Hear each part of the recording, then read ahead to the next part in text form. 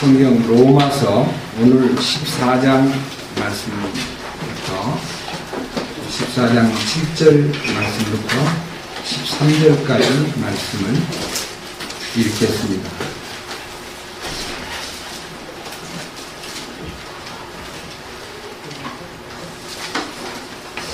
로마서 14장 7절 말씀을 읽겠습니다.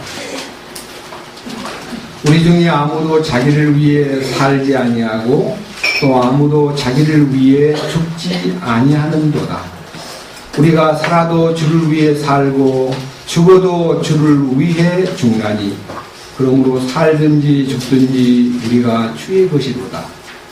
이 목적을 위해 그리스도께서 죽으시고 일어나사 다시 살아나셨으니 이것은 그분께서 죽은 자와 산 자의 주가 되려 하시니라.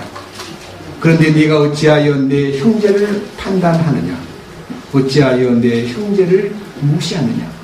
우리가 다 그리스도의 심판석 앞에 서리라. 기록된 바 내가 살아있음을 두고 맹세하노니 모든 무릎이 내게 굴복하고 모든 혀가 하나님께 자백하리라. 주가 말하노라 하였느니라. 그러므로 이와 같이 우리 각 사람이 자신에 관하여 하나님께 회개 보고를 하리라. 그런즉 우리가 다시는 서로를 판단하지 말고 도리어 자기 형제의 길에 걸림돌이나 넘어질 기회를 두는 사람이 없는지 판단할지니라. 13절까지 말씀을 읽었습니다.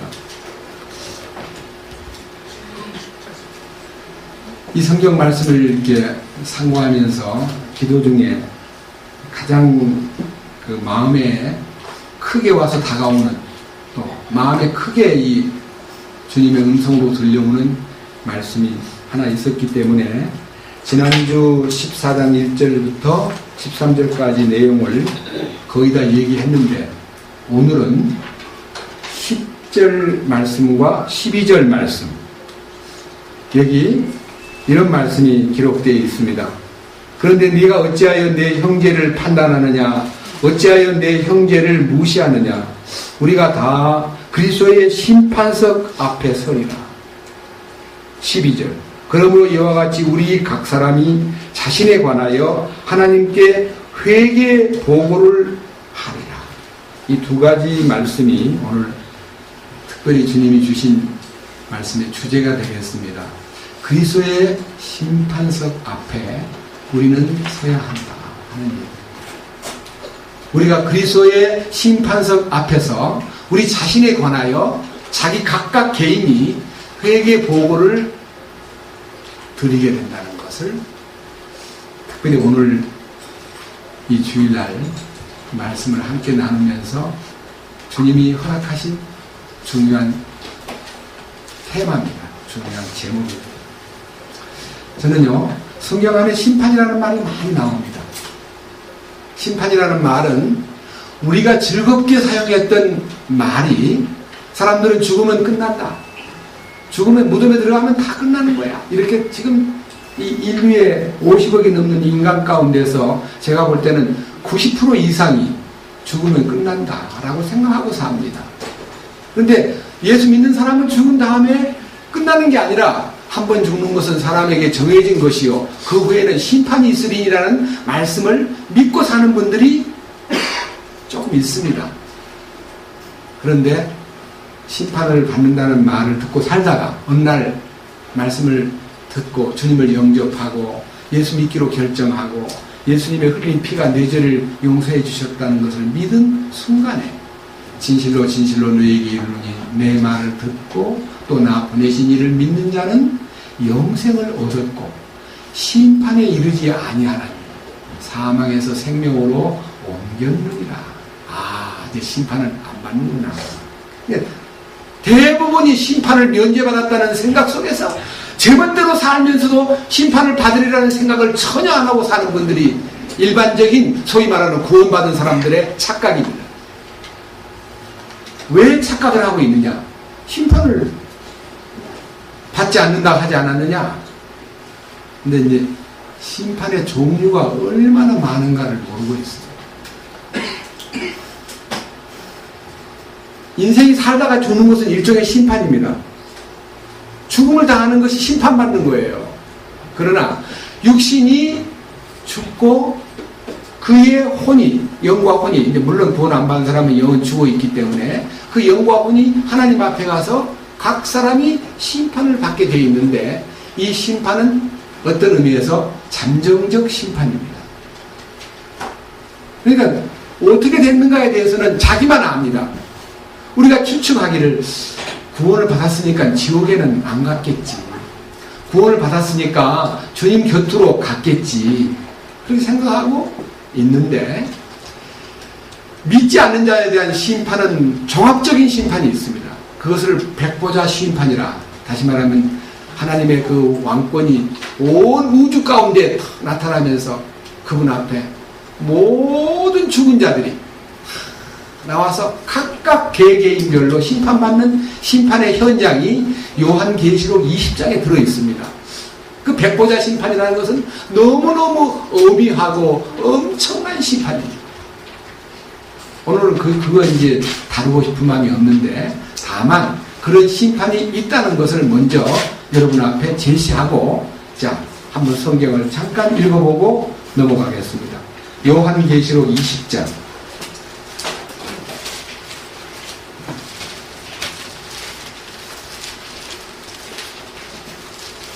11절입니다.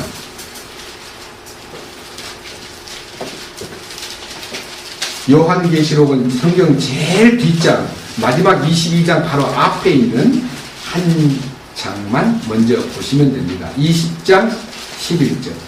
또 내가 크고 흰 왕좌와 그 위에 앉으신 분을 보니 땅과 하늘이 그분의 얼굴을 피하여 물러가고 그것들의 자리가 보이지 아니하더라. 땅도 하늘도 안 보이는 하나님의 흰 왕좌라는 말은요, 희라는 말은 하나님의 정의로우심, 하나님의 완벽하심, 하나님의 거룩하심을 상징하는 그 왕좌에 땅도 하늘도 다 물러가 버렸습니다.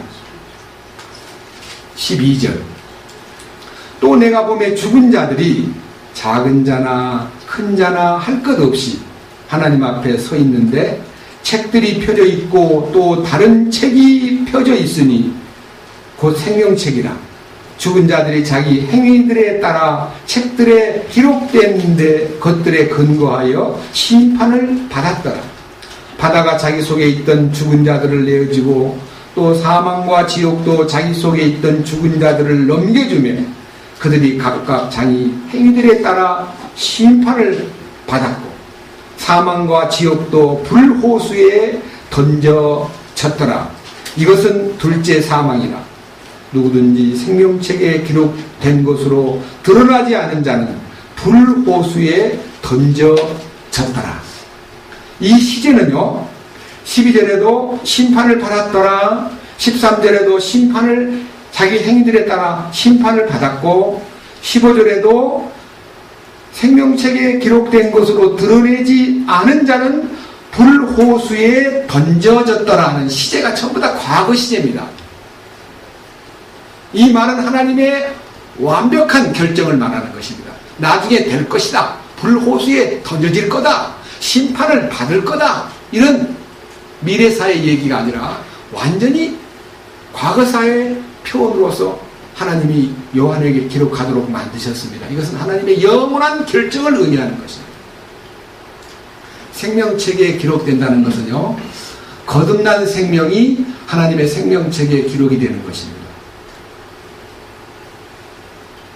그리고 생명책에 기록되지 않은 자는 다 그분 앞에 가서 요한복음 5장에 기록된 대로 이를 기이 여기지 말라. 죽은 자들이 하나님의 음성을 들을 때가 오나니 곧 이때라. 듣는 자는 살아나리라.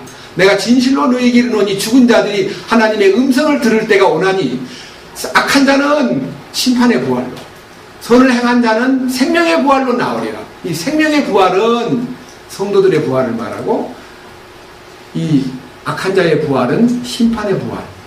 자기가 놓고 가버린 영과 혼이 떠났다가 다시 돌아와서 영과 혼만 아니라 육신까지 같이 달라붙어가지고 다시 부활해서 이 백보자 심판대 앞에 나가서 하나님 앞에 자기가 행한 모든 것에 따라서 형벌을 받는 불호수. 이 불호수라는 말은 20장 10절에 또 그들을 속인 마귀가 불과 유황호수에 곧 그 짐승과 거짓 대언자가 있는 곳에 던져져서 영원 무궁토록 밤낮으로 고통을 받으리라. 사실은 마태복음 25장에 보면 지옥을 하나님이 왜 만들었느냐, 이 불호수 중에 불과 유황불 붙는 호수, 불과 유황불 호수라고 했습니다. 그 호수를 사람들 들어가라고 만든 거 아닙니다. 사람들 형벌 주려고 만든 거 아닙니다. 주님은 이렇게 말씀하셨습니다. 마귀와 그 사자들, 다시 말하면 마귀와 사탄을 따랐던 그 천사들을 위하여 예비되게 영영한 불로 들어가라. 그러니까 마귀를 형벌하기 위해서 만들어 놓은 그 불과 유황불 붙는 호수를 마귀를 따라감으로써 그걸로 들어가는 거예요. 마귀를 안 따라가면 거기 들어가지 않습니다. 그런데 이 문제는 너무너무 엄청난 얘기입니다. 그러나 오늘은 그리스도의 심판석이라고 하는 별개의 심판석에 대한 얘기를 하기 위해서 오늘 주님이 주신 주제를 다뤄야 되기 때문에 최후의 심판에 대한 얘기는 이만하겠습니다. 그런데 그리스도의 심판석이라는 단어는 신약 성경에 2번밖에 안 나옵니다. 저는 그 말씀을 깊이 기도하면서 읽었습니다. 아까 우리가 읽었던 로마서 14장에 그리스도의 심판석 앞에 선다는 얘기가 있고, 고린도 후서 5장에 또 한 문제 기록되어 있는 것을 보겠습니다. 고린도 후서 5장입니다.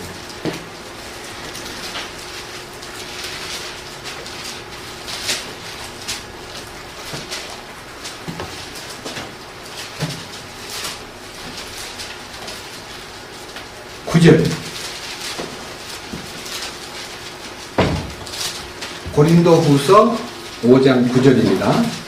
그러므로 우리는 함께 있든지 떨어져 있든지 그분께서 받아주시는 자가 되려고 수고하노라. 그러니까요, 우리가 하나님 앞에 기꺼이 어서 오너라, 주님이 환영하면서 맞이해 줄 자가 있고, 나는 너를 도무지 알지 못한다, 너는 나를 떠나서 바깥 어두움으로 내 던져라고 하는 부인당할 자가 있습니다. 누가 부인을 당하느냐? 예수 믿지 않는 사람은 부인당하지 않습니다. 완전히 그냥 저절로 지옥의 형벌을 있는 곳으로 갈 뿐이지 예수 앞에 서지를 못합니다. 그런데 예수를 믿노라 하면서 양다리 걸치고 사는 사람, 그러니까 예수 믿고 천당도 가고 싶고 세상에서 재미있게 살고 싶고 하늘의 복도 받고 싶고 땅의 복도 누리고 싶고 하는 양다리 걸친 사람에게는 주님께서 엄한 심판을 하십니다. 이 부분이 오늘 우리에게 있어서 주제가 되어야 됩니다. 여러분, 제발 예수를 믿되 양다리 걸치지 마십시오. 애굽의 한 발을 딛고 가나안의 한 발을 디딜 수가 있습니까? 애굽에서 나왔으면 가나안으로 가야지 왜 애굽으로 자꾸 갑니까? 애굽으로는 안 갔다 해도 애굽이 속에 남아있기 때문에 자꾸만 애굽이 그리운 거예요. 애굽으로 가자. 애굽 가는 게 더 안 낫냐? 이렇게 황폐한 사막에서 만나만 먹고 살 필요가 있느냐? 애굽에서 먹던 부추와 마늘과 파와 그리고 거기서 수박과 오이도 먹어야 될 거 아니냐? 그래서 애굽을 그리워하는 마음이 속에 있는 사람은 애굽으로 안 갔지만은 애굽이 속에 있기 때문에 주님은 너는 그 애굽을 지니고는 가나안에 못 간다. 그래서 여호수아와 갈렙만 가나안을 허락했고 그 애굽이 남아있는 사람은 광야에서 다 죽어야 됐습니다. 왜냐? 하나님이 저희의 다수를 기뻐하지 아니하십니다. 저희가 광야에서 멸망을 받았는데, 이 광야에서 멸망당했다는 얘기가 지옥 같단 말 아닙니다. 밑에 보십시오. 10절 같이 읽겠습니다. 우리 모두가 반드시 그리스도의 심판석 앞에 나타나리니 이로써 각 사람이 좋은 것이든 나쁜 것이든 자기가 행한 것에 따라 자기 몸 안에 이루어진 것들을 받으리라. 자기 몸 안에 이루어진 것이 뭡니까? 자기 몸 안에서 주님의 부활 생명이 이루어졌느냐? 자기 몸 안에서 사탄이 자기 일을 했느냐?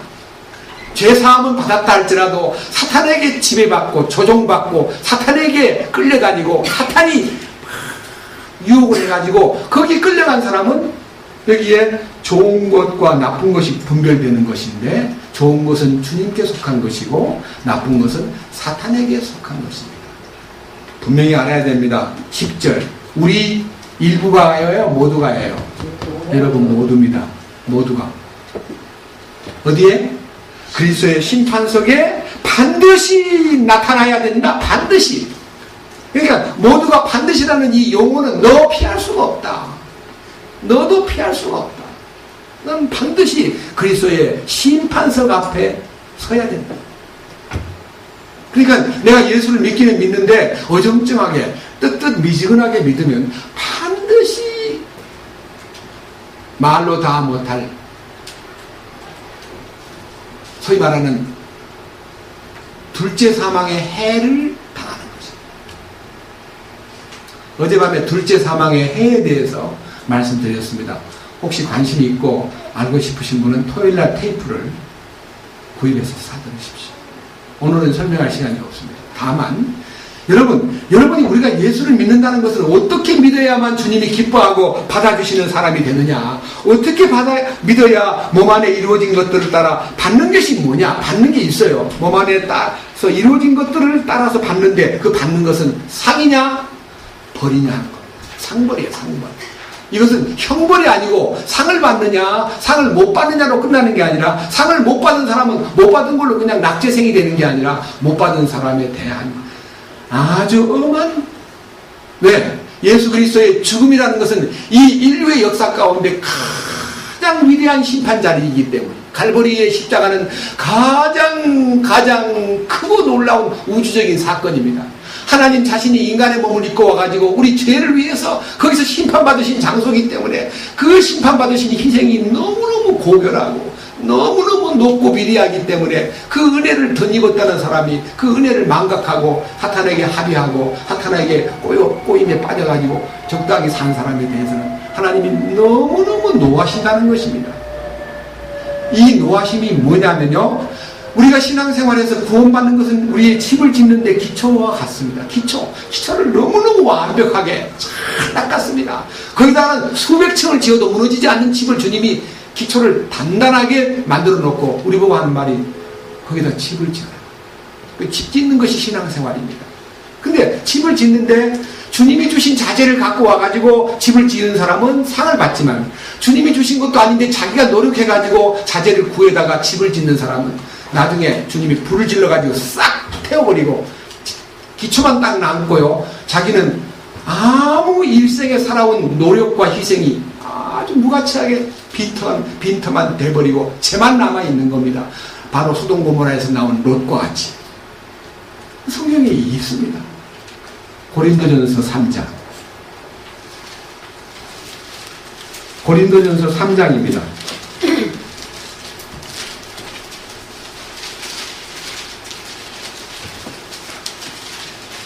9절입니다.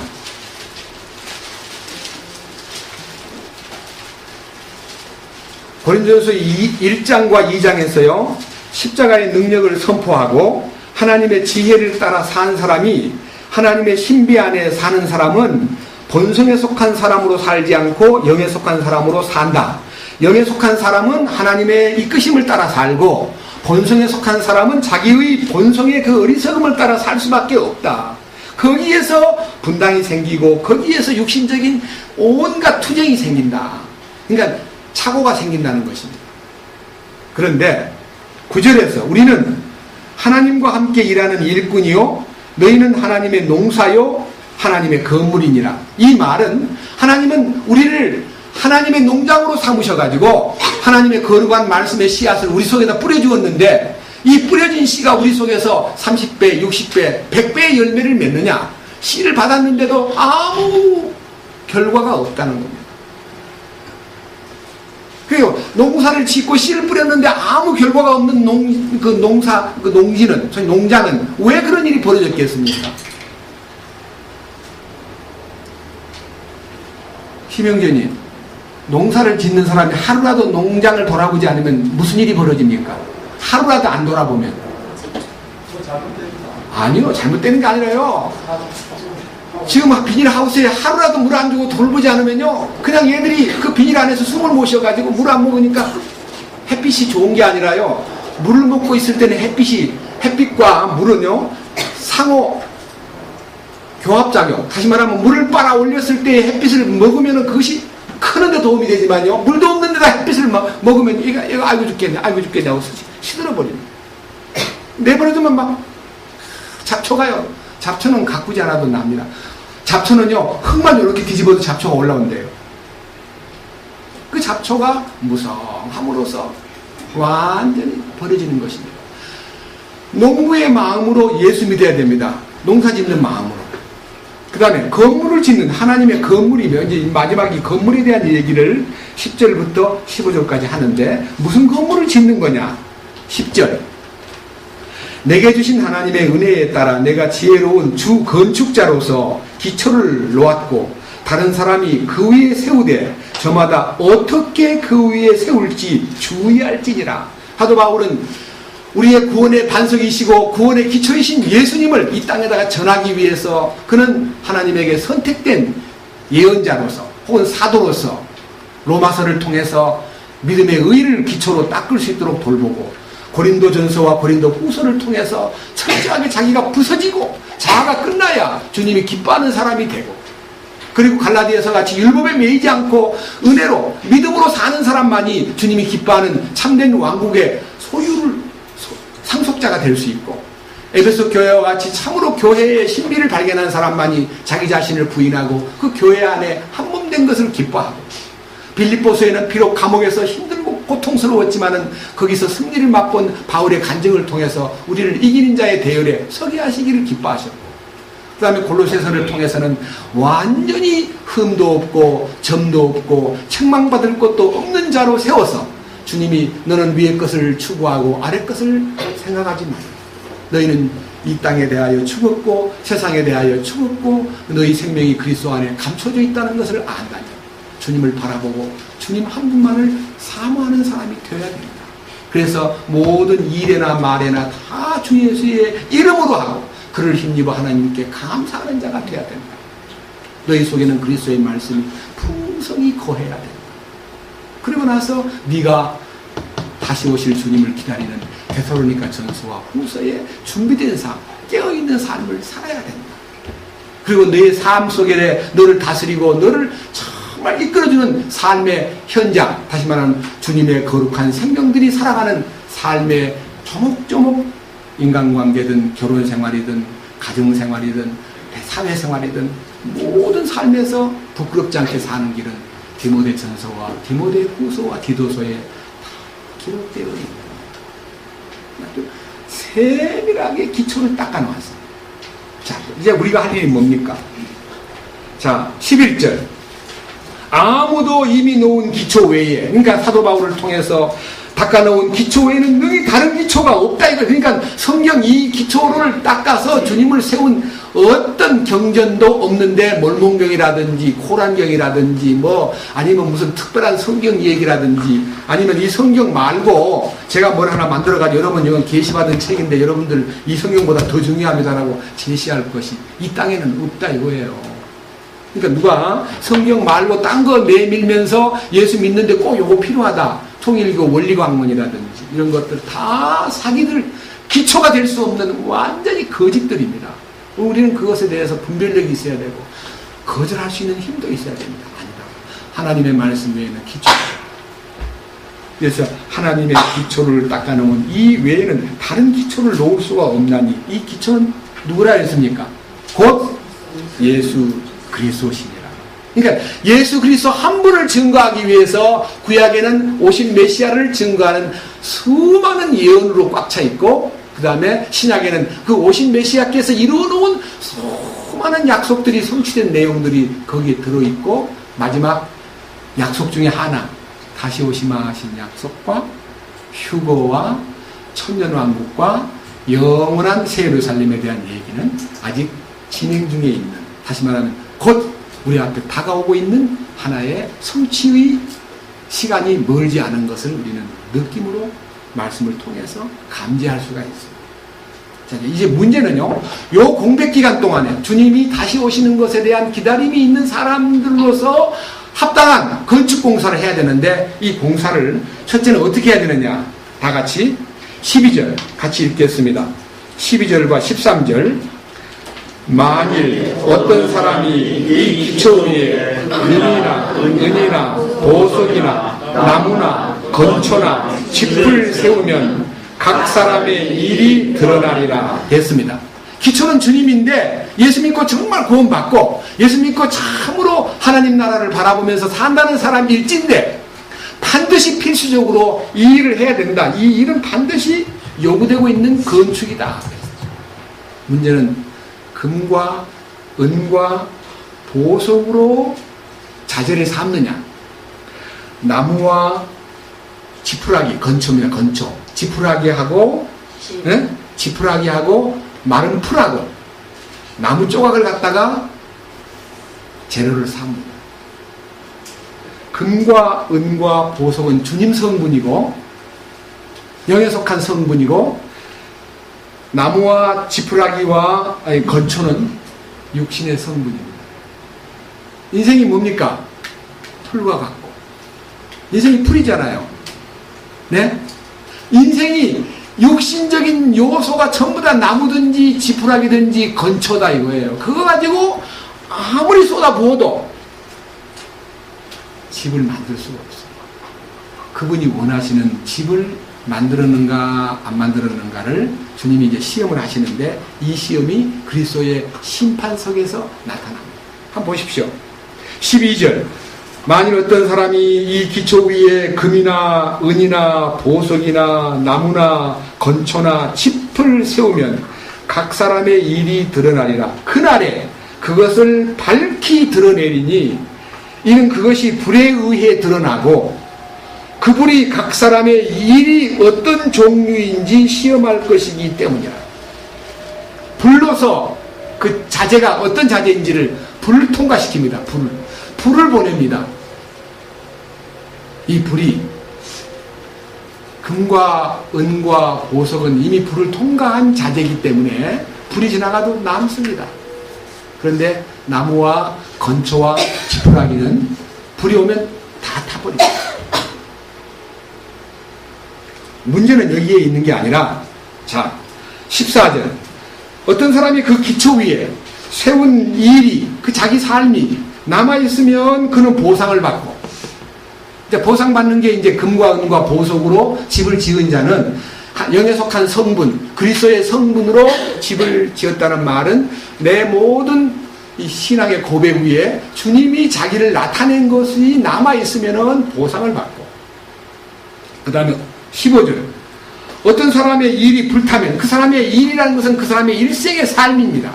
그 일생의 삶이 불탄다는 말은 사라져버리고 하나님 앞에 인정을 받지 못하면 다 불타버리는데 그는 보상을 받지 못하리라가 아니라 보상에 뭘 당하리라?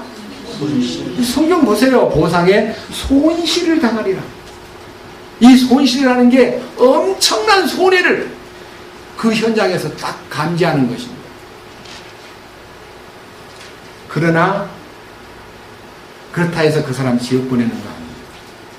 그러나 그 자신은 구원을 받되 불에 의해 받는 것 같이 받으리라. 불에 의해 받는 구원이 무슨 구원입니까? 성경에요, 꼭 기억하십시오. 마태복음 13장에 7가지 하늘 왕국에 대한 비유가 있는데 그 마지막 비유가 그물의 비유가 있습니다. 그물의 비유. 마태복음 13장 말씀을 보겠습니다. 마태복음 13장 제일 끝부분에 47절부터 50절까지 내용이 바로 지금 불에 의해서 구원받는 사람 이 얘기입니다.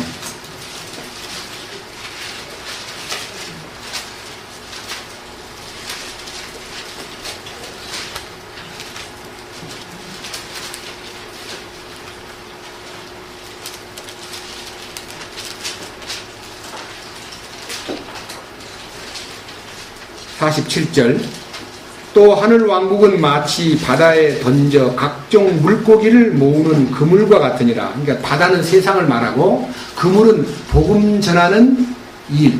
그러니까 복음 사역자들이 사람들을 주께로 인도하기 위해서 베드로를 부를 때 베드로야 너는 이제부터 사람 낚는 어부가 되게 하마 하는, 사람 낚는 어부라는 것은 하나님의 사도를 얘기하는 거고, 그물은 그물을 던져가지고 그 바다에 살고 있는 자유롭게 약육강식에 의해서 존재하기도 하고 잡혀 먹히기도 하고 살기도 하고 죽기도 하는 고기를 그물에다가 끌어다가 이제 갖고 오는 것이 구원받는 얘기입니다. 낚시질은 개인 전도를 하는 거고. 아시죠? 이해하시죠? 자, 그런데 48절, 그물이 가득 차매 그들이 그것을 물가로 끌어내고 앉아서 좋은 것은 그릇에 담고 나쁜 것은 버렸느니라. 그래, 여기서 좋은 것과 나쁜 것의 기준이 뭐냐?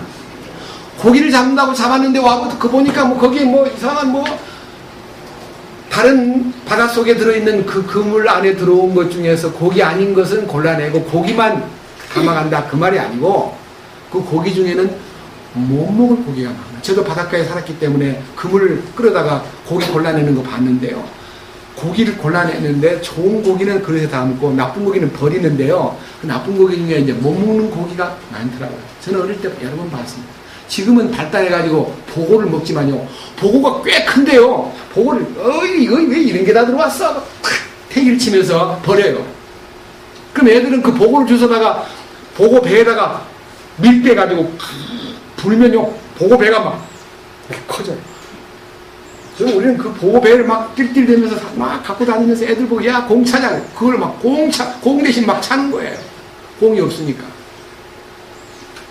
혹시 보고에 대해서 제가 얘기한 걸 듣는 사람은 바닷가 출신이 아니면 듣기가 참 무슨 소린가 할지 몰라도 보고를 그때는 굉장히 아주 독한 못 먹는 고기로 알았는데 지금 보고를 요리를 맛있게 해서 얼마나 고급 요리가 됐습니까만은 그때는 골라내는 걸 많이 봤어요. 거기 보면 막 별별 해초류라든지 못 먹는 것들 별 들어있는 별이 뭐지?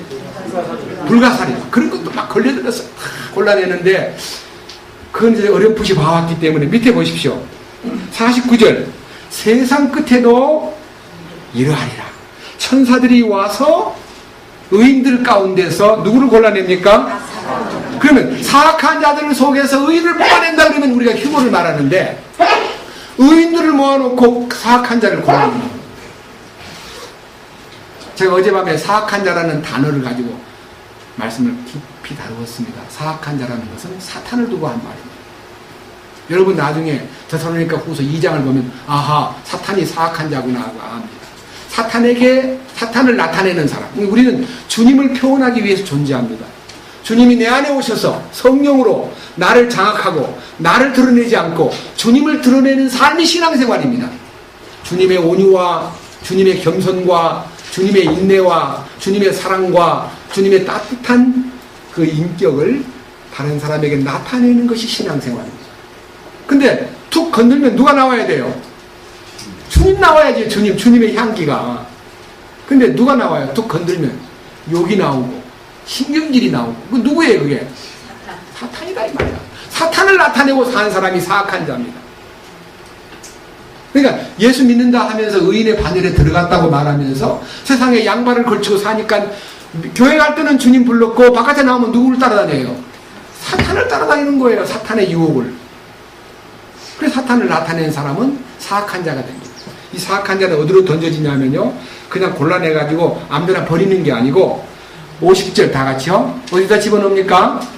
불타는 용광로 속에 던져 넣으리니 거기서 통곡하며 이를 갈미 있으리라 하십니다. 왜 불타는 용광로에다가 집어넣냐? 이거는 불타는 용광로라는 것은 유황불 붙는 불호수가 아니고 별도의 불타는 용광로가 별도로 있습니다. 별도로. 하나님이 말해놓은 별도. 이거를 잘못 읽다가 천주교에서 만든 소리가 연옥이라는 거예요. 연옥 간다. 예수 믿어도 적당하게 믿다가 어설프게 믿다가 연옥 간다. 그 연옥 간 사람은 어떻게 구제를 받냐면 이 땅에 살고 있는 분이 그 사람 이름으로 헌금 많이 내고 선한 일을 많이 하고 그 사람 이름으로 하는 자선을 하면 주님이 운동을 차면은요, 야야 니 나왔나 끄집어내준대. 그래서 연옥설이라는 것은 천주교가 헌금을 많이 걷어들이기 위해서 개발한 특별한 아이템입니다. 그건 아니에요. 이것은 세상 끝에 이루어질 일입니다. 세상 끝에. 49절에 세상 끝에도 이러하리라. 절대로 지금 연옥 보내는 사건이 나오지 않아서 지금 죽으면 연옥 가는 거 아닙니다. 대기하고 있다가 세상 끝에 가서 의인과 악인의 부활이 있는데 그 의인의 부활을 통해서 주님 앞에 심판석 앞에 불러다가 그때 이제 천연왕국이 계시되기 직전에 이 부분은요 일생의 문제이기 때문에 우리 한번 좀 더 깊이 점검해 보기를 원합니다. 마태복음으로 가보겠습니다. 조금 넘겨가지고 24장입니다.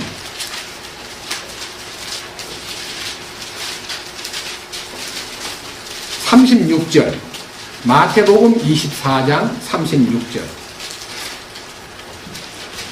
그러나 그날과 그 시각은 결코 아무도 알지 못하나니 하늘의 천사들도 알지 못하고 오직 내 아버지만 아시느니라. 오직 노아의 날들과 같이 사람의 아들이 오는 것도 그러하리라. 홍수 이전 시대에 노아가 방주 안에 들어갈 때까지 그들이 먹고 마시고 장가가고 시집가고 하면서 홍수가 나서 그들을 다 쓸어버릴 때까지 알지 못하였나니 사람의 아들이 오는 것도 그러하리라. 이게 노아 홍수가 뭡니까? 심판이잖아요. 심판. 그러면 우리 주님 오시는 때도 심판이다 이거예요. 심판. 자 보십시오. 40절 그때 두 사람이 들에 있을 터인데 하나는 붙잡혀가고 다른 하나는 남겨질 것이요. 두 여자가 방앗간에서 맷돌을 갈고 있을 터인데 하나는 붙잡혀가고 다른 하나는 남겨지리라.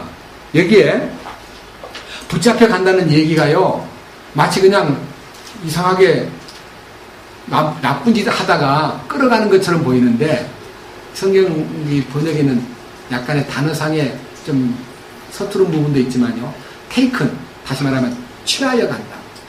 네? 낚아채 가는 겁니다. 팍 뽑아가지고 가는 거예요. 실제는 휴거되는 거예요. 남겨진 자는요 사악한 자입니다. 이 땅에 환란에 남겨집니다. 자 누가 남겨지느냐 42절 그러므로 깨어있으라. 깨어있는 사람만 주님이 데려가고 깨어있지 않은 사람은 남겨지는 거예요. 그 다음에 44절 그러므로 너희도 뭐하고 있으라? 뭘 준비해야 돼요? 예? 뭘 준비해야 돼요? 주님 맞이할 신부가 되려면 뭘 준비해야 돼요? 신랑이 원하는 예복을 준비해야 돼. 예복을. 신랑 대신 예수께서 오실 때 등불 들고 나갈 준비됐느냐, 흰옷 입고 나갈 예비가 됐느냐. 예비가 돼야 돼요. 근데 우리가 더러워진 옷을 입고 주님 주신 옷을 입지 못한 채는 절대로 신랑 대신 그리스도를 만날 수가 없습니다. 그래서 예배하고 있으라는 것에 대한 얘기를 하기 위해서 열처녀 비유가 있고 달란트 비유가 있는 거예요. 이 달란트 비유는 특별히 오늘 우리에게서 의미가 있습니다. 여러분 여기에 예비되고 깨어있는 사람만 들려 올라가고 깨어있지 못한 자나 준비되지 못한 자는 들려 올라가지 못하는데 준비가 뭐냐? 여호수아와 갈렙이 무엇을 준비했습니까? 가나안 땅에 12명이 갔다가 왔는데 10명은 뭘 보고 왔는지 똑같이 보고 똑같이 행동을 했는데 10명은 은혜를 못 받고 오고 2명은 은혜를 받고 왔습니다. 무엇 때문에 은혜를 못 받았습니까? 그 가나안의 현장과 자기를 비교할 때 육신으로 비교하니까 낙심이 되고 두려워졌지만 하나님의 능력을 믿는 여호수아와 갈렙은 은혜를 받은 거예요. 이야, 이 풍성한 걸 하나님께서 정복하라고 능력을 주시겠구나. 아, 이들은 우리 밥이 되겠구나. 이 주님의 능력을 믿기 때문에 그들이 밥으로 보였고, 그 다음에 하나님의 능력을 믿지 않는 사람은 뭘로 보냐면 우리를 죽일 자, 우리를 멸망시킬 자로 보였기 때문에 갔다가 다 죽는다. 여러분, 가서 물론 좁디다 가보니까요 이런 포도송이를 따가지고 왔습니다. 정말 풍성합디다. 정말 좋기는 좋습디다. 그런데 우리는 언제 군대 훈련을 받았습니까? 우리는 노예생활하다가 겨우 해방돼가지고 여기 나왔는데 우리가 뭐 총이 있습니까? 우리가 현대말로 말하면 무기가 있습니까? 그들은 너무너무 무장돼 있고요. 우리는 그들의 키가 막 얼마나 큰지요. 우리는 그들을 보기에 우리가 메뚜기 같습니다. 올라갔다가는 다 망합니다. 똑같이 가서 보고 똑같이 현장을 목격했는데 누구는 은혜를 받고 누구는 겁을 먹고 온 거예요. 여러분 똑같은 자리에서 말씀을 들었는데도 어떤 사람은 말씀이 은혜가 되고 새 힘이 되고 승리의 아주 보장이 되는가 하면 어떤 사람은 너무 힘들어. 무슨 말인지 통 모르겠어. 짜증이 나서 왜 이렇게 길게 하지? 이러면서 자기 마음에서 은혜가 안 되는 사람은 이 말씀이 자기한테 참 흡수가 안 되기 때문에 눈이 열리지 않았기 때문에 여호수아와 갈렙이 가나안 땅에 가는 건 하나님의 허락이 떨어지는 민수기 14장에 여호수아와 갈렙만 가나안에 가고 나머지는 다 이 광야에서 쓰러진다고 했고 모세마저도 하나님 나를 가나안 땅 보게 해주십시오. 가나안 땅에 발을 딛게 해주십시오 하니까 안 돼. 너 이리 와. 느보산에 올라가서 가나안 땅 구경만 하고 저 끝까지 보고 너는 거기서 죽어야 돼. 네가 나의 영광을 돌리지 않고 반석을 2번 친 일로 인하여 나는 너를 가나안 땅에 데려갈 수가 없다고 했습니다. 여러분 여기에 이 놀라운 사실들에 대해서 자 45절 마태복음 24장 45절 그런즉 자기 주인으로부터 그의 집안 사람들을 넘겨받아 다스리며 제때에 그들에게 양식을 나누어 줄 신실하고 지혜로운 종이 누구냐? 그의 주인이 올 때에 그가 그렇게 하는 것을 하고 있는 것을 보면 그 종이 복이 있도다. 이 말은요 주인이 집안 사람을 맡겠다는 것은 주님의 교제, 주님이 자기 집으로 알고 있는 주님의 집은 교회입니다. 참으로 주님의 생명 안에서 교제가 되고 함께 공급받은 양식들을 나누어 먹으면서 누림이 있고 참으로 주님의 그 공급에 대해서 감사가 있는 그 자들이 복이 있고 그가 바로 준비된 사람들이고 47절 결과가 뭡니까? 진실로 내가 너희에게 이르노니 주인이 그를 자기의 모든 재산을 맡을 뭘로 삼으리라?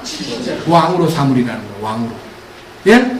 천왕국의 통치자가 주님이 주권자인데 오셔가지고 모든 걸 다 맡기는 그러니까 주님의 것을 맡을 수 있을 사람이 되려면 이 땅에서 주님에게 받아주시는 자가 돼야 되고 주님에게 합당히 정해진 길을 걸은 자만이 모세와 여호수아와 갈렙처럼 가나안 땅의 축복을 맡기는 거예요. 그래서 가나안 땅에 건너가서 통치권을 행사하는 사람은 여호수아였고요. 또 갈렙은 특별히 정복해야 될 땅을 얻어가지고 엄청나게 많은 그 정복을 시도했고 그 갈렙의 딸과 딸 악사나 갈렙의 아들이 사이가 사사가 되었습니다. 언니의. 이게 무슨 말인가 하니 갈렙이 굉장히 신실하게 나이가 80이 넘고 100살이 가까워도요 장성한 장정같이 주님의 뜻을 나타냈습니다. 그것이 이제 통치자의 모습인 것입니다. 자, 그런데 게으른 자, 깨어있지 못한 자, 준비되지 못한 자는 어떤 일이 벌어지느냐? 48절. 그러나 어떤 종이 악한 종이 마음속으로 이르기를 우리 주인이 오는 것을 늦추시는구나. 아직 올라면 한참 멀었어. 2000년 안에 온다더니 아직도 안 오는 거 보니까 아직도 멀었는가 봐. 주님이 안 오시는 이유가 뭡니까? 못 오시는 거예요. 왜? 이방인의 충만한 숫자를 채우려고 그러는 게 아니고 참으로 구원받은 성도들이 충만을 소유해야 되는데 이 충만이 왜 그렇게 더디냐 이 말이야. 우리가 충만을 이 왕국 백성들 중에서도요 주님으로 충만돼야만 주님이 모든 걸 딱 끝내고 오실 텐데 우리가 충만되기를 갈망하는 게 너무 저로워요. 작은 일 때문에 핑계대고 교제를 그냥 너무 쉽게 빠져버리고 주님과의 참된 만남과 성도들과의 이 참된 교통 속에서 양식을 나누어주고 나누어 먹고 분배받은 것을 서로 누리고 하는 것이 참 내 소원이 돼야 될 텐데 솔직히 일주일에 한 번 모여가지고 우리가 주님으로 충만될 수 있습니까? 저는 제가 오늘 아침 새벽에도 집사람하고 얘기했습니다. 주일날 이렇게 모이잖아요. 어젯밤부터 모였잖아요. 예? 그리고 오늘 주일날 또 모이죠. 또 수요일날 밤에 모여요. 목요일날 청주 갑니다. 금요일 잠깐 쉬었다가 토요일날 밤 또 모여요. 주일날 모입니다. 제 마음에는요, 이 교제 가운데요, 우리가 늘 함께하는 환경이 되었으면 얼마나 좋을까. 지금 살아가는 그들은 무엇을 하고 있을까? 주님을 누리고 있을까? 주님과 관계를 유지하고 있을까? 주님과 동행하고 있을까? 그 마음이 막 너무너무 간절한 거예요.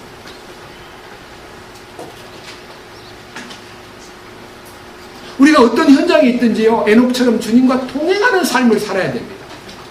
그러기 위해서는 주님이 주시는 양식을요, 제때란 말이 참 중요하잖아요. 45절. 그런즉 자기 주인으로부터 그의 집안 사람들을 넘겨받아 다스리며 제때에 그들에게 양식을 나누어 줄 신실하고 지혜로운 종이 누구냐? 제때라는 것은요, 여러분 이 새끼 밥 먹는 것도 제때 먹어야 건강하지요. 두 끼 굶고요, 막 저녁 때 새끼 굶은 것만큼 먹어버리면 건강해집니까? 네? 네, 물어봅시다. 두 끼 굶고 세 끼 그냥 한꺼번에 먹어버리면 배가 터지긴 터지는데 그 소화를 다 시키냐고요. 나중에요, 한꺼번에 많이 먹은 사람은 위하수라고 하는, 위가 쭉 늘어져 가지고요, 소화를 못 시켜 가지고 나중에 큰 병을 앓습니다. 그러니까 제때 먹어야 돼요. 때가 딱 넘어가면 안 돼요. 잃어버립니다. 그럼 내가 얼마만큼 말씀을 갈망하는 영적 이 음식을 제때 먹는 사람이냐? 이 사람은 주님이 주신 것을 먹는 게 아니라요, 아, 우리 주인이 늦게 오는구나, 자기 계획을 늦추시는가 보다, 연장시켰는가 보다, 나를 위한 배려라는 걸 모르고, 또 한 가지 또 배려가 있습니다.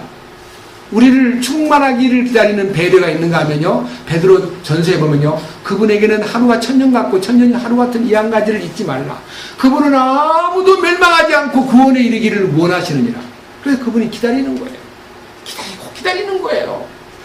구원 안 받은 사람을 향해서는 기다리고 계시고, 구원 받은 사람에게는 충만을 주님께서 저들이 충만해야 될 때, 이 두 가지가요, 오버랩 때 이 두 가지가 구원받는 하나님이 원하는 숫자하고 이방인의 이 교회가 충만함에 이르는 이 두 가지가 딱 이렇게 마주칠 때 주님 오십니다.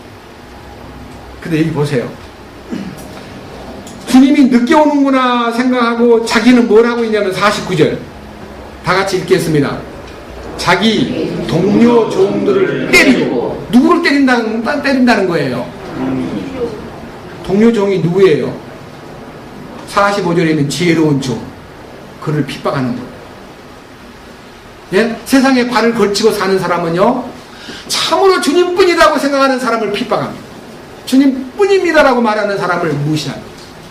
비웃습니다. 그리고 동료 종들을 핍박할 뿐만 아니라 어떻게 해요? 술 친구들하고 같이 술이 취해요. 술 취하는 게 뭐예요? 세상에 빠져버립니다. 여러분, 이번에 고려대학생 남학생 3명하고 여학생 1명이 어디 민박집에 가가지고 자기들끼리 동아리를 한다고.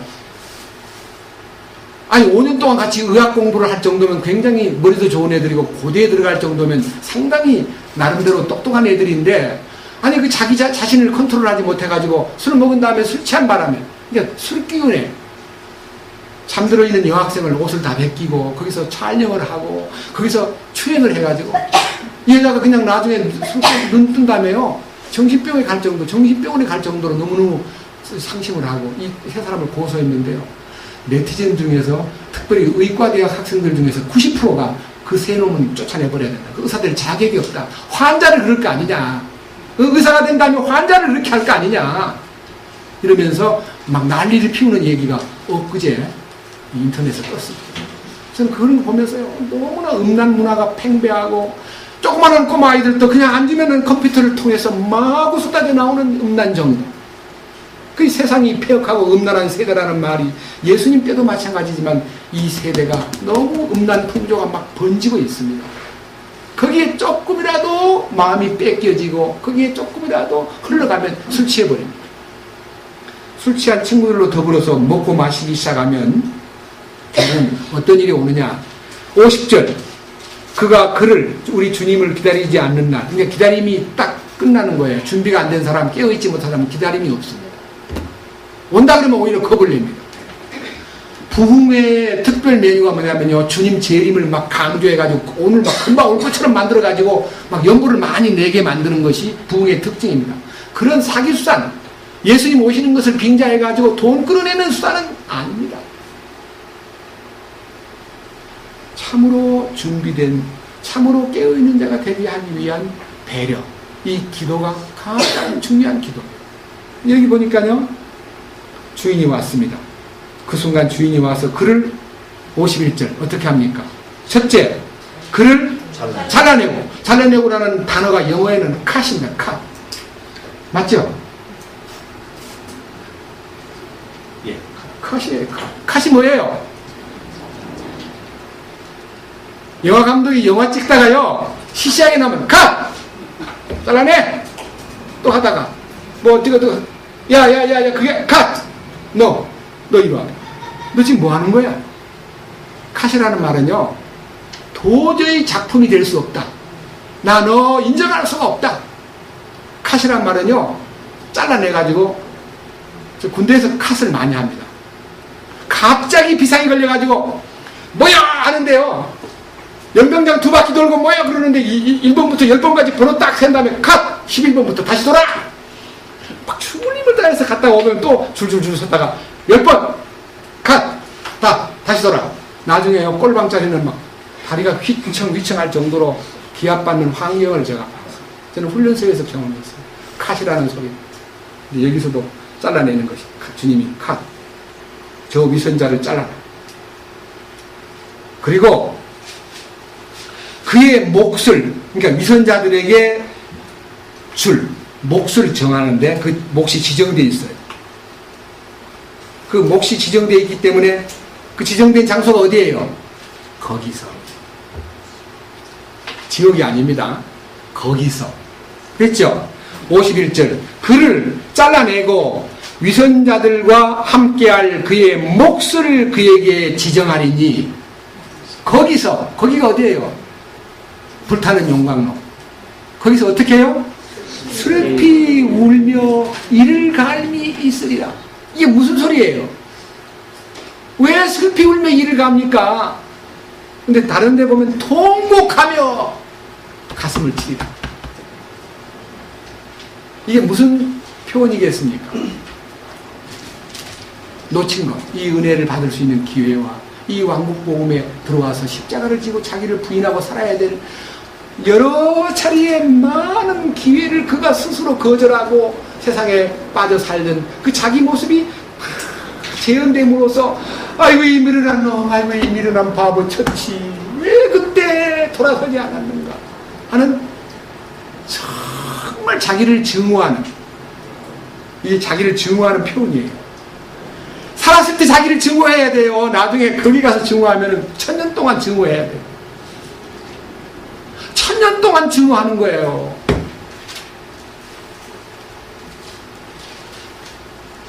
무서운 일이에요. 왜?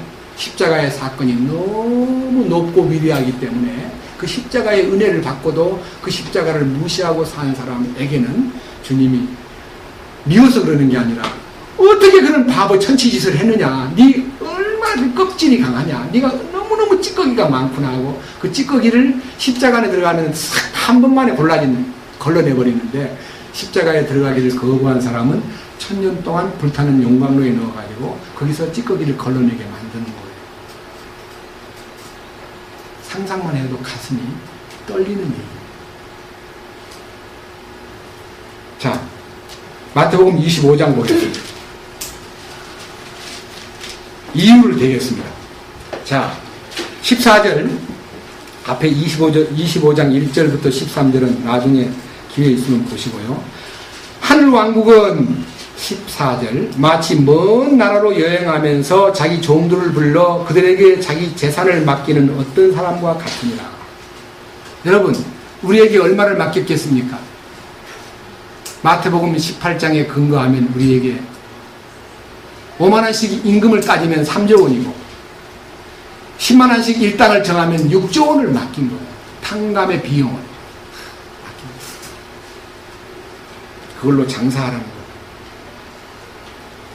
근데 문제는 그걸 맡길 때에 15절 보면 하나에게는 5달란트를, 다른 하나에게는 2달란트를, 다른 하나에게는 1달란트를 주되 각 사람에게 그의 개별적인 능력에 따라 주고, 그러니까 주님이 주신 것으로 이 땅에서 이겨라. 네가 내가 준 걸 가지고 이 땅에서 경영을 하라. 내 땅에서 장사를 해가지고 이익을 남겨라. 이익을 남기는 게 뭐예요? 회계 보고라는 것은 장사해서 이익 남긴 것을 보고하는 거예요. 손해를 남기면 어떻게 돼요? 적자 운용을 하고 까먹으면 그 일로 인해서 책임을, 문책을 당하는 거예요. 자, 이제 어느 날 주님께서 오셨습니다. 16절, 19절. 오랜 뒤에 그 종들의 주인이 와서 그들과 뭘 한다 그랬어요? 계산하니. 계산한다는 말은 로마서 14장 12절에 회계 보고가 계산입니다. 계산하는 거예요. 청산, 결산. 20절. 이에 5달란트 받은 자는 5달란트를 더 가지고 와서 이르되 주인이여 주께서 내게 5달란트를 맡기셨는데 보소서 내가 그것들 외에 5달란트를 더 벌었나이다 하매, 그러니까 남겼나이다 하매. 21절 다 같이 읽겠습니다. 그의 주인이 그에게 이르되 잘하였도다 선하고 신실한 종아, 네가 적은 것에 신실하였은즉 내가 너를 많은 것을 다스릴 치리자로 삼으리니 너는 내 주인의 기쁨에 참여하라 하니라. 그러니까 상급이 뭐예요? 왕국의 통치권자로 축복을 줍니다.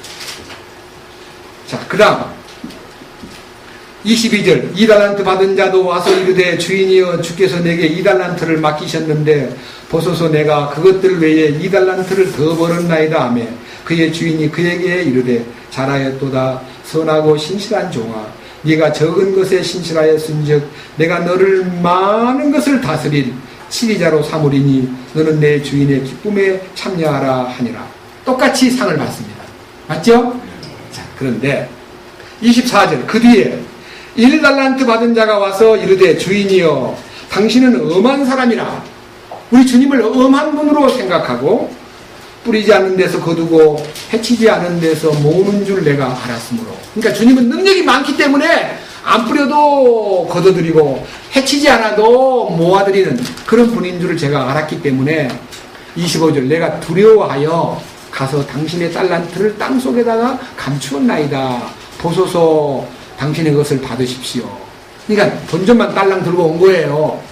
장사를 안 하고 땅에 묻어두었다가 그걸 끄집어내가지고 갖고 와서 여기 주신 거 있습니다 하고 본전만 딱 내놓는 거예요. 구원을 받기는 받았는데 속에 주님의 역사는 전혀 없고 마귀가 짓밟은 흔적만 있는 사람을 얘기하는 거예요. 예? 주님 것을 따로 땅에 묻는 건 땅은 세상이잖아요. 세상에 묻어놓고 자기 마음대로 살아요. 독립해서. 달란트와 더불어 살아야 되는데 달란트를 버리고 산 거예요. 여러분 달란트가 뭐예요? 내게 주신 모든 달란트가 다 있잖아요. 그 달란트를 주님 주신 달란트이기 때문에 주님의 일을 위해서 연결돼야 되는데 주님 주신 일과는 관계없이 나 혼자 세상에 나가서 마음대로 사는 이 삶이 한 달란트를 땅에 묻어둔 사람의 운명인 것입니다. 그 사람 어떻게 했습니까? 26절. 그의 주인이 그에게 응답하여 이르되 선하고 신실한 종아라고 불렀던 말 대신 무슨 종이에요? 악하고 게으른 종아. 이 악하고 게으른 것이 바로 준비되지 않은 삶입니다. 깨어있지 않은 삶인 것입니다.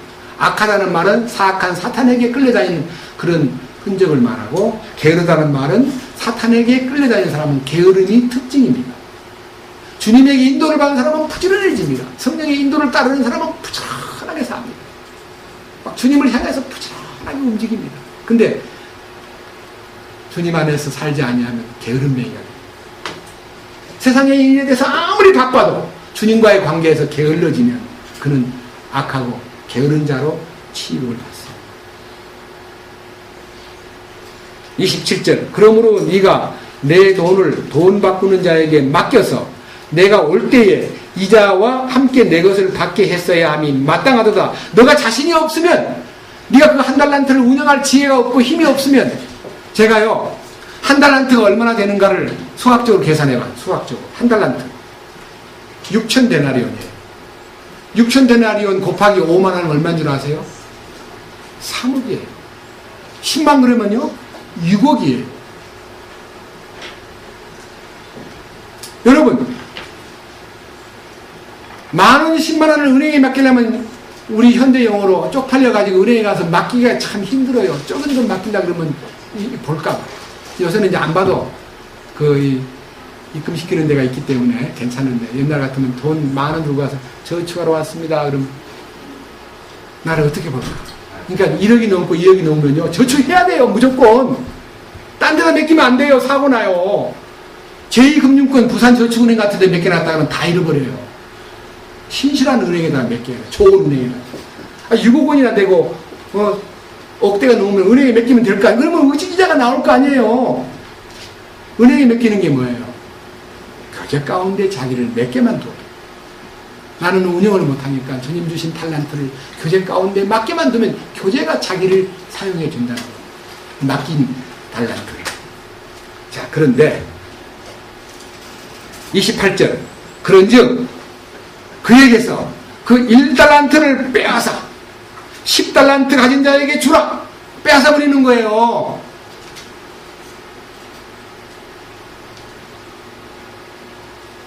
(29절) 있는 자마다 받아서 풍성하게 될 터이나 없는 자는 자기에게 있는 것도 빼앗기리라. 이게 다 뺏기는 거예요. 그렇다면은 구원을 뺏기는 거냐? 아니. 밑에 보십시오. 30절 다 같이요. 너희는 이 무익한 종을 바깥 어두움 속에 내던지라. 거기서 슬피 울며 이를 갈미 있습니다. 이 바깥 어두움이 뭐예요? 주님 바깥을 말해요. 주님 안으로 데리고 오는 게 아니라 주님 바깥으로. 예? 주님 바깥에 사는 것이 얼마나 힘들고 괴로운가를 네가 천년 동안 맛보라는 겁니다. 주님 바깥으로. 주님 바깥으로 내보내요. 주님 빛 가운데 영광스러운 안으로 들이지 않고 주님 바깥으로. 여러분 자식들이요 부모님한테 나쁜 짓 해가지고 제일 큰 형벌이 뭐예요? 집에서 쫓는 거예요. 들어주도 마 이놈아 나가버려. 그러다가 더 나쁜 부모님은 나가서 튀겨버려. 그런 부모도 있는데 그건 너무 심한 놈이거든요. 애들을 바깥에 쫓아내버리면요. 저도 쫓겨난 적이 있거든요. 어릴 때 한 번. 쫓겨나 있는 저를요 쫓겨난 것만 해도 화가 나 죽겠는데요. 내 여동생이 나보다 4살이나 아래는 여동생이요 이러는 거예요. 아이고 이 추가 너무너무 미워가지고.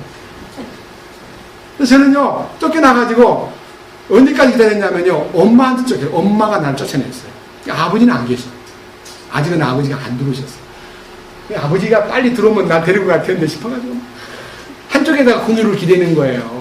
쫓겨난다는 게 얼마나 어린 마음에 섭섭하고 무섭고 밤이 돼가니까 떨리고 배도 고프고 좀 컸으면 쫓아내도 내가 집 없으면 못 살까봐 하고 나가버릴 수도 있는데 어린 마음에 쫓겨난 것이 그렇게 마음 아팠는데 바깥으로 쫓아내는 것은요 주님 바깥으로 내보내는 거기 때문에 그는요 말로 다 못할 통곡과 원통함을 지니고 사는 거예요.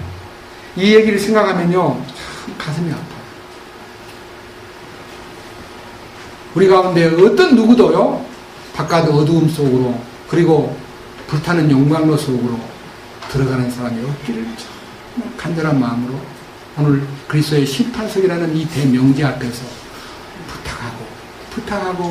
부탁드리고 싶습니다. 이것을 설교로만 듣지 마십시오. 저는요 성경 안에 그러한 데 대한 양면성을 지니고 있는 이 얘기를요 몇 군데 읽어보겠습니다. 우선 요한계시록 2장을 보겠습니다.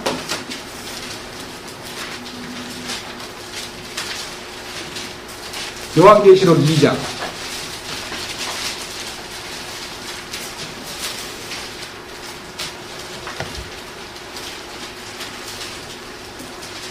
10절입니다. 네가 장차 당할 그것들 가운데 어떤 것도 두려워하지 말라. 보라, 마귀가 너희 중에서 몇 사람을 감옥에 던져 넣어 너희를 시험하리니 너희가 열흘 동안 환난을 당하리라. 너는 죽기까지 신실하라. 그리하면 내가 생명의 관을 내게 주리라. 그러니까요, 이 초대교회에 핍박받던 교회, 그러니까 이 서머나 교회 시대에 엄청난 로마 황제들의 핍박이 있었는데요. 이게 이제 열흘 동안이라는 말은 그 당시 역사로 보면 약 100년이 넘더거든요. 100년 가까이. 그리고 네로를 비롯해서 많은 소위 말하는 이 로마의 황제들이 간헐적으로지만 10차례에 걸쳐가지고요, 이 믿는 사람들을 죽이고 맹수하고 싸움 붙이고 그냥 사정없이 그냥 불태워 죽이는 그런 일들이 있었습니다. 거기서 끝까지 믿음을 지킨 사람들에게 주님이 생명의 면류관을 주겠다 그랬습니다. 이 면류관 받는 것이 바로 주님 앞에 인정을 받는 겁니다. 반대로 11절, 귀 있는 자는 성령께서 교회들에게 말씀하시는 것을 들을지어다. 이기는 자는 둘째 사망의 해를 입지 아니하리라. 둘째 사망을 당하지 아니하리라가 아니라 둘째 사망의 해를 입지 아니하리라. 해를 입는다는 말이 하나님과 영원히 결별되는 둘째 사망이 아니라 둘째 사망의 해라는 것은요, 지옥 못지않는 고통을 입을 거다. 이기지 못합니다. 이기는 자가 되어야 되는데 이기지 못하면 둘째 사망의 해를 입게 된다는 겁니다. 이 해가 제가 지금 말씀드린 주님 바깥으로 내쫓아가지고 통곡하면서 가슴치며 이를 갈고 있는 그 현장을 말합니다. 자, 성경을 보겠습니다. 그 현장을 어떻게 묘사했는가를 성경에서 한번 살펴보겠습니다. 베드로 전서 4장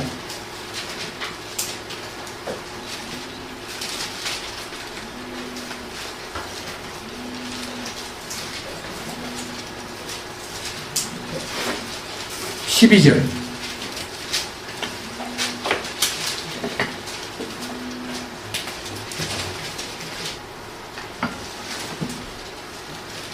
베드로전서 4장 12절. 사랑하는 자들아, 너희를 단련하려고 오는 불같은 시련에 관하여는 마치 이상한 일이 너희에게 일어난 것 같이 이상히 여기지 말고 오히려 너희가 그리스도의 고난에 참여하는 자가 되었으므로 기뻐하라.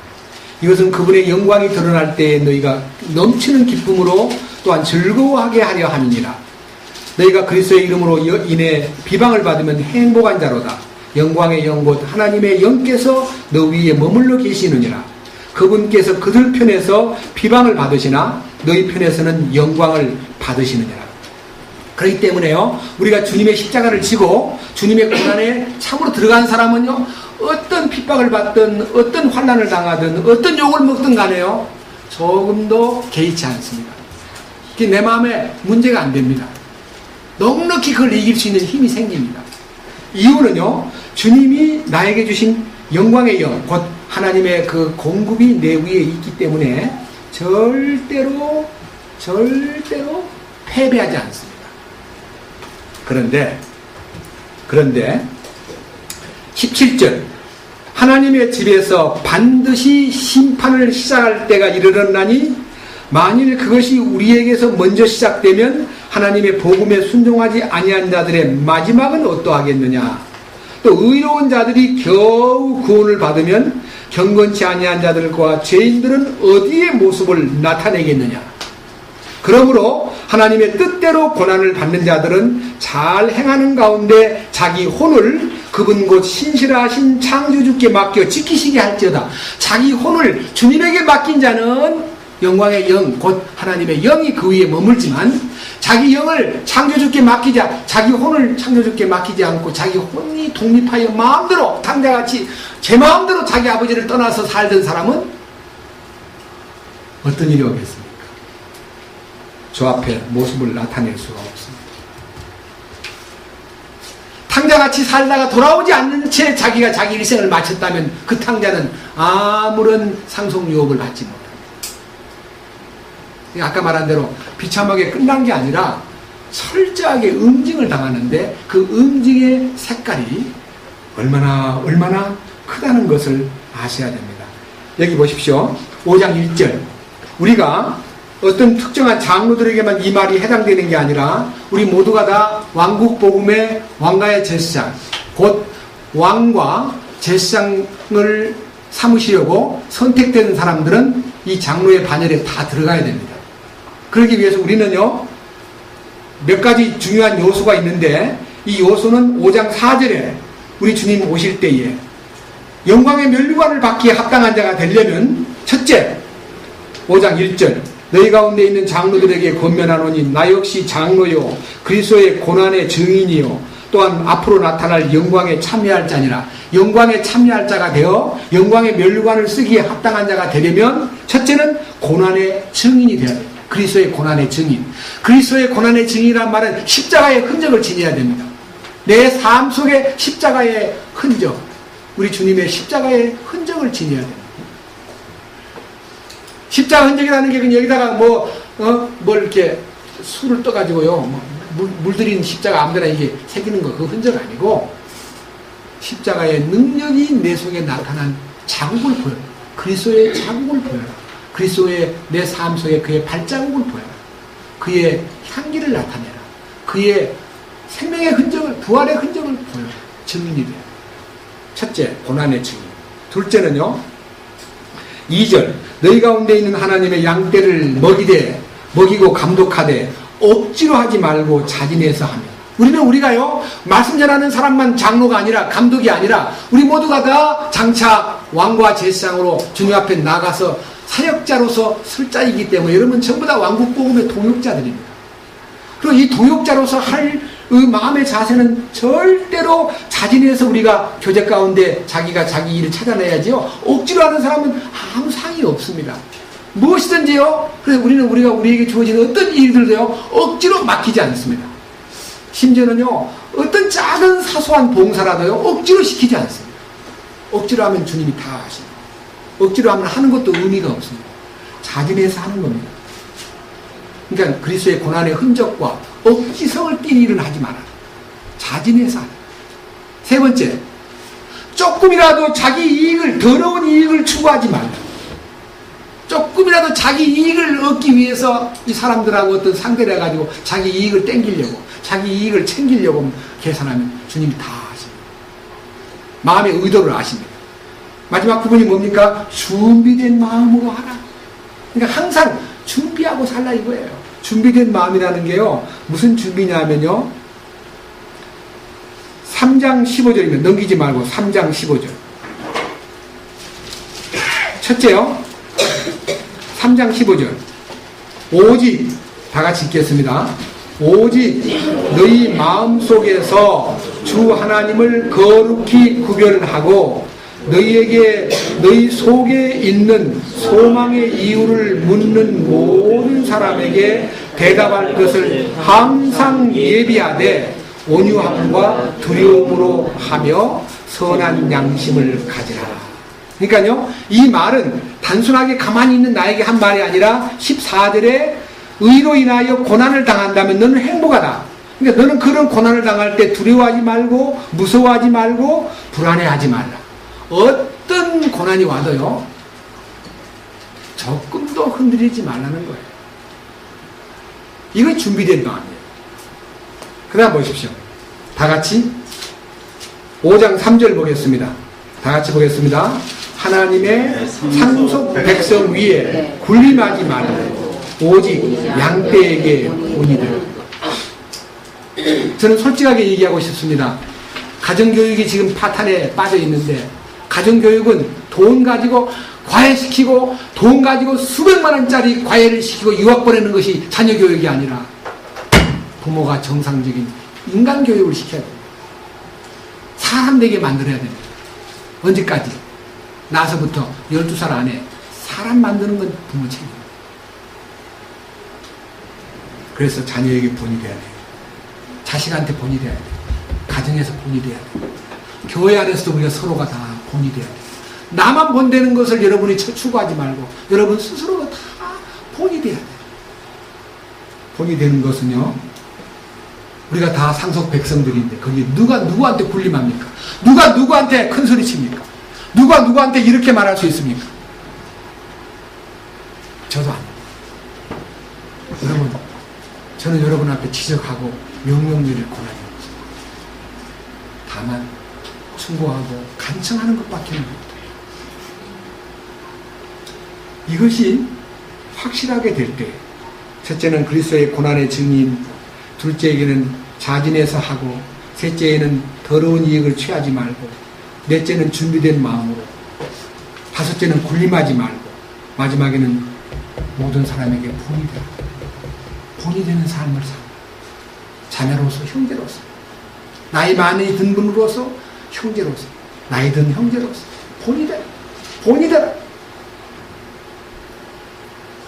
본이 되는 게 뭐예요? 주님을 나타내는 거예요. 주님 없이 본되는 건요, 다 미선이에요. 그 다음 보십시오. 4절, 다 같이요. 그리하면 목자장께서 나타나실 때에 너희가 사라지지 아니하는 영광의 관을 받으리라. 여기서는 이제 관이라는 말을 옛날에는 면류관이라고 했습니다. 면류관. 영광의 면류관. 생명의 면류관. 시들지 않는 면류관. 그러기 위해서요, 구체적인 것, 이 요소를, 여기에 나타난 명령들이 구체적으로 이루어지기 위해서 여러분과 함께 결론으로 마지막 하나를 더 보고 난 다음에 마치겠습니다. 디모데 후서로 가겠습니다.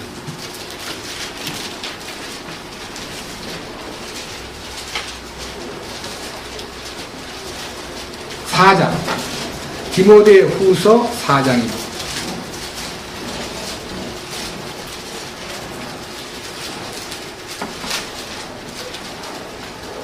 1절. 그러므로 내가 하나님 앞과 주 예수 그리스도 앞에서 친히 나타나실 때에 자신의 왕국에서 산자와 죽은 자를 심판하실 분 앞에서 내게 명하노니 말씀을 선포하라. 때에 맞든지 안 맞든지 긴급히 하라. 모든 오래 참음과 교리로 책망하고 꾸짖고 권면하라. 여기에요. 우리 주님의 왕국을 이제 염두에 두고 사도 바울은 주님 나타나실 것을 확실히 믿는 믿음 안에서 너는 분명히 그 앞에 가서 심판을 받는다. 그리스도의 심판이죠. 문제는요, 3장 15절 16절 말씀 가운데 하나님의 영감으로 기록된 이 교리와 책망과 바르게 함과 의로 교육하기에 유익한 말씀이 우리를 철저하게 선한 일에 갖추어지게 하고 주님 앞에서 완전하게 되는 길이 약속되어 있는데, 그 길을 실제로 따르는 우리가 있는가 하면 그 말씀이 속에서 풍성하면 저절로 선포가 되는 겁니다. 사실 우리는 이게 말씀을 듣고 난 다음에 선포하실 분 계십니까? 선포하는 게 말 잘하고 뭐 요령 있게 말하는 게 선포가 아니에요. 주님에게 감사를 드리고 주님을 나타내고 싶고 주님을 외치고 싶고, 이게 선포인데 그렇게 주님을 나타내고 싶은 갈망이 없는가 싶으니까요, 너무 마음이 아파요. 억지로 시키고 싶지는 않는데요, 어떻게 그거밖에 없는가? 왜 이렇게 위축당하고 있는가? 왜 눌려 있는가? 왜 눈치를 보고 있는가? 안타까워요. 말씀을 선포해야 돼요. 그런데 반대로 2절 말씀에 말씀을 선포하라는 이 말씀, 그것도 긴급히 하라는 말은요, 앞서라는 거예요. 비상을 걸어서라도 하라는 거예요. 전도하라는 말 아닙니다.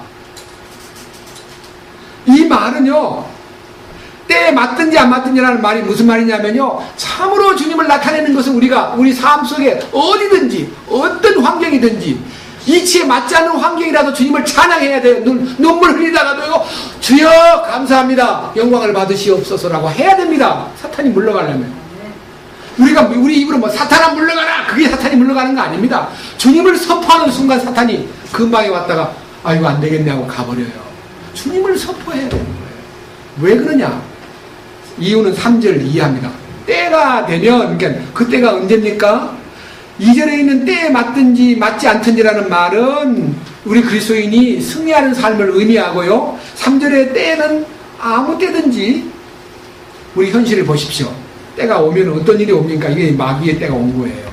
그들이 건전한 교리를 견디지 못하며 하는 말은요, 왕국복음의 상속 얘기라든지 천연왕국 얘기라든지 불타는 용광로 얘기라든지 이것이 말이야 내 마음속에서 다 뜨겁게 받아들여지고, 그렇구나, 내가 일생에 100년도 안 되는 일생, 이 남은 일생 이제 10년 남았나 20년 남았나 얼마 남지 않은 생애를 잘못 보내다가는 1000년 동안 말로 다 못할 불타는 용광로의 신세를 면치 못할 것이 아니다.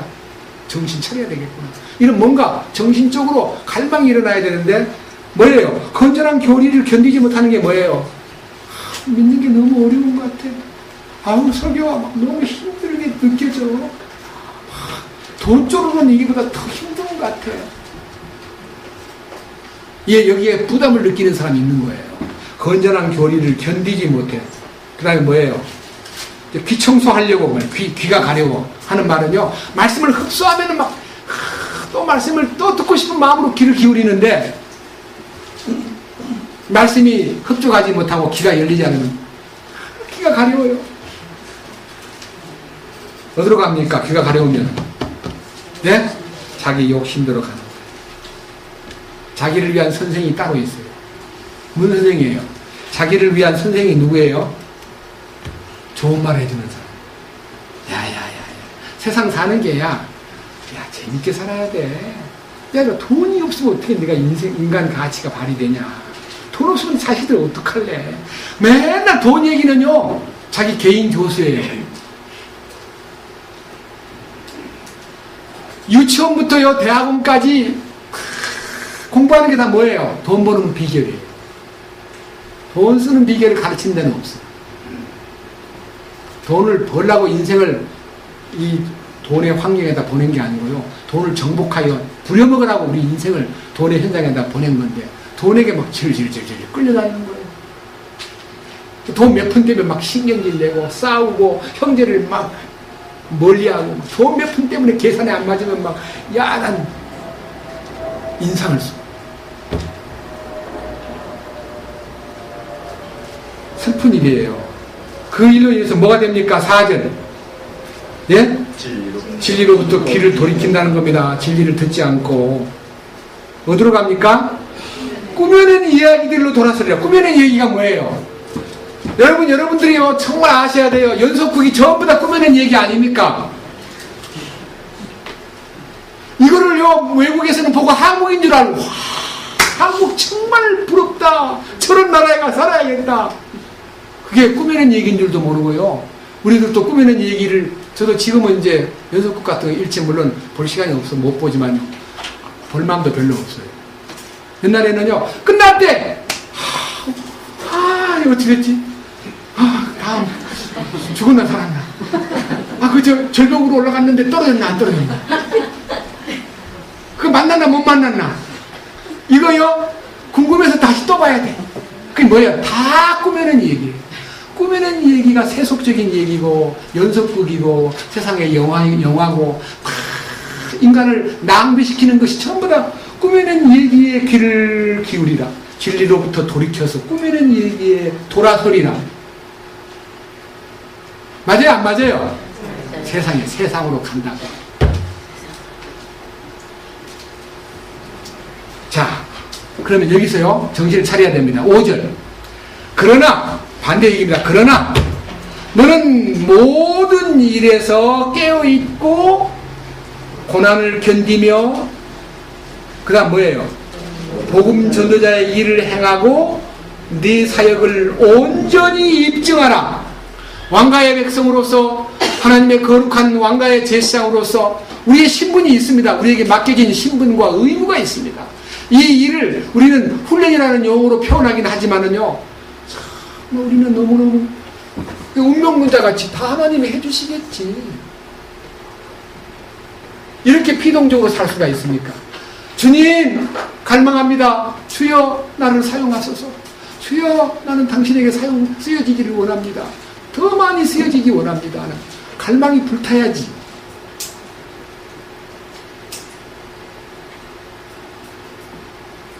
그것이 6절입니다. 이제 내가 내 자신을 헌물로 드릴 준비가 되었고, 뭐예요? 나를 바치는 거예요. 나를. 돈 많이 내는 거 아닙니다. 돈은 나중입니다. 내 없으면 돈이 뭔 소용이 있습니까? 돈은 나의 부속물이지 나의 주인이 아니잖아요. 나를 바치는 거예요. 주여, 내 여기 있습니다. 나를 바치는 거예요.